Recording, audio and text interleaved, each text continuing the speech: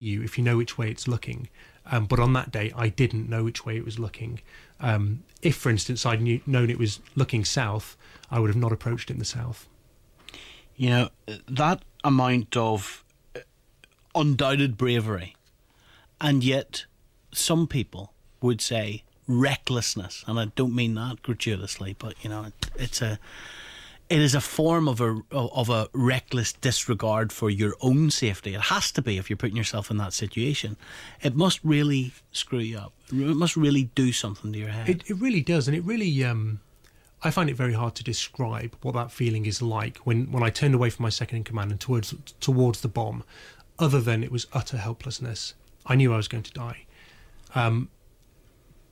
But because it's so hard to describe, I think that adds to the screwing up in the head, because unless you can talk to somebody about it and someone can understand and, you know, have been through a similar experience, it makes it really difficult to get over this thing. And even in bomb disposal, which is naturally a very dangerous job, that task was well out of the ordinary.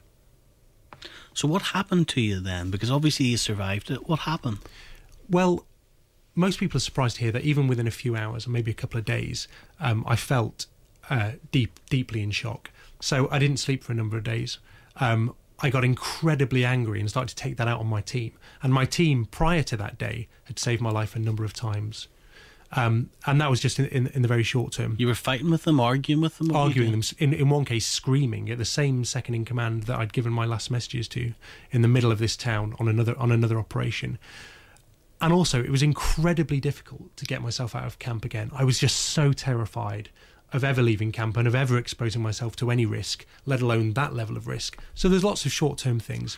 But in the longer term... Sorry to interrupt, Kevin, but you talk about your friend who had died and he was lying on the ground.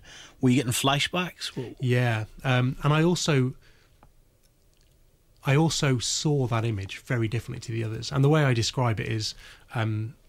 every other part of that day seemed to me to be in a colour like sepia, just a normal memory that faded normally with time.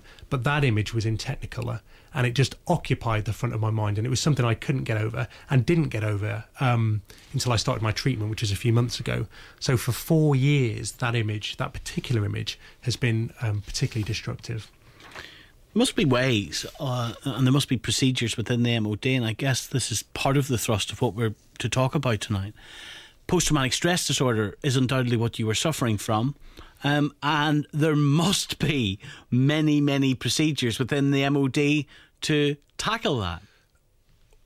Well, I tried to find them, and this was in 2006, but within 6 or 7 weeks of coming home from Iraq, I'd approached 3 doctors, 2 relatively informally, but the 3rd doctor, I even booked an appointment saying I had a bad back just to make sure I got through the door. Does the army not make it happen for you? It didn't make it happen for me. It's better now, but obviously I haven't experienced it recently. But that 3rd doctor said, in effect, go away for 9 months, see how it feels. At the end of that 9 months, if you've still got these same feelings, you should go and see a psychologist. What were the feelings? Well, I couldn't escape that day. I was still as alert a month, 2 months afterwards as I was on that day, February the 28th. So sounds, noise, even things on the television like news footage of soldiers in conflict caused me to react in the same way that I would in Iraq, that I would have in Iraq. But also, I had no memory. My memory didn't work. Also, I couldn't concentrate, and I've later learned out that that's mainly because part of your brain that's trying to deal with all this stress and this trauma does that 24 hours a day and then can't contribute to your normal living. So also, I just couldn't get along with people because all I wanted to talk about was what had happened to me, which is quite natural, I guess, what was happening in Iraq, and I found it incredibly difficult to readjust to normal life. I find it surprising that rather than you having to go and seek this help, that there wasn't a whole procedure and system in place to be insisting you got it. Surely the army must do that. I agree with you, and I was surprised that after speaking to 3 doctors within a couple of months, that all of whom knew each other, that I wasn't whisked away on some treatment program. But I left the army 3 years, just over 3 years after I came back from Iraq, still without having had any treatment. And I think I saw 4 or 5 doctors in that time. And they weren't in touch with you? No. No contact? No. So you're out there on the ground. you're the man saving many lives. I know you'll say your colleagues did as well, but you're literally defusing these bombs, which will kill a lot of people. And when you get back home, the army doesn't stay in touch. Well, That's extraordinary. My own experience was that in the 3 years whilst I was in the army after Iraq, I got no closer to treatment than I did within 6 or 7 weeks. And in fact, I only got the treatment, and I started it in February this year, and I'm going to end it at the end of this month, through an albeit MOD-sponsored scheme, but really the NHS. And what frustrates me most is that within a month or two of starting the treatment, I felt like a different person. Without the treatment, I wouldn't be able to sit here now talking to you about this task without breaking down, frankly.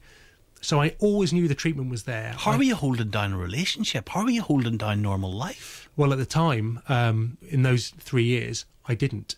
And I got married in March this year, but my wife has had to be incredibly tolerant of all the things that I can't do that normal people can. So, for instance, I find it very difficult to be in a crowded space. There's a whole range of noises I can't take.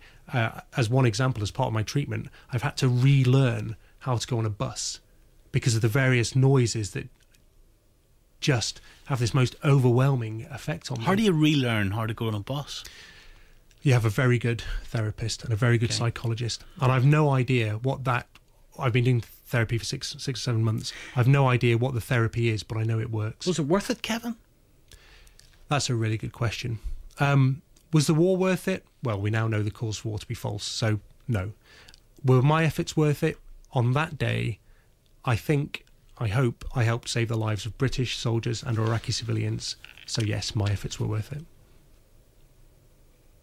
Do you really mean that, though? Yeah, I really do. I really do. One of the reasons I became a bomb disposal operator rather than an infantryman or a cavalryman who do just as important jobs is because I wanted to save lives. You angry at the army? Oddly, I'm not.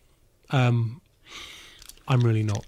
See, I just... But I'm at the back end of 6 months of therapy. If you'd have asked me that 6 months ago, perhaps I'd have given you a very different answer. Did they treat you with respect? I'm not trying to lead you here, but these are the questions coming from my gut as I listen to you. Well, what bothers me most is that where was the respect for you? I had every advantage in the world, being great family, good education. I was an army officer. So if I could articulate myself very well. I was very open about what happened to me. So if getting treatment was going to be easy for anybody, it would have been me. So what I am angry at, and what I still don't think we've sorted, is what if you haven't got all those advantages? What if you haven't got that stable family, that really good education? What if you've got a really narrow circle of friends? It's those guys that we need to worry about now. And they're cutting down their training, because you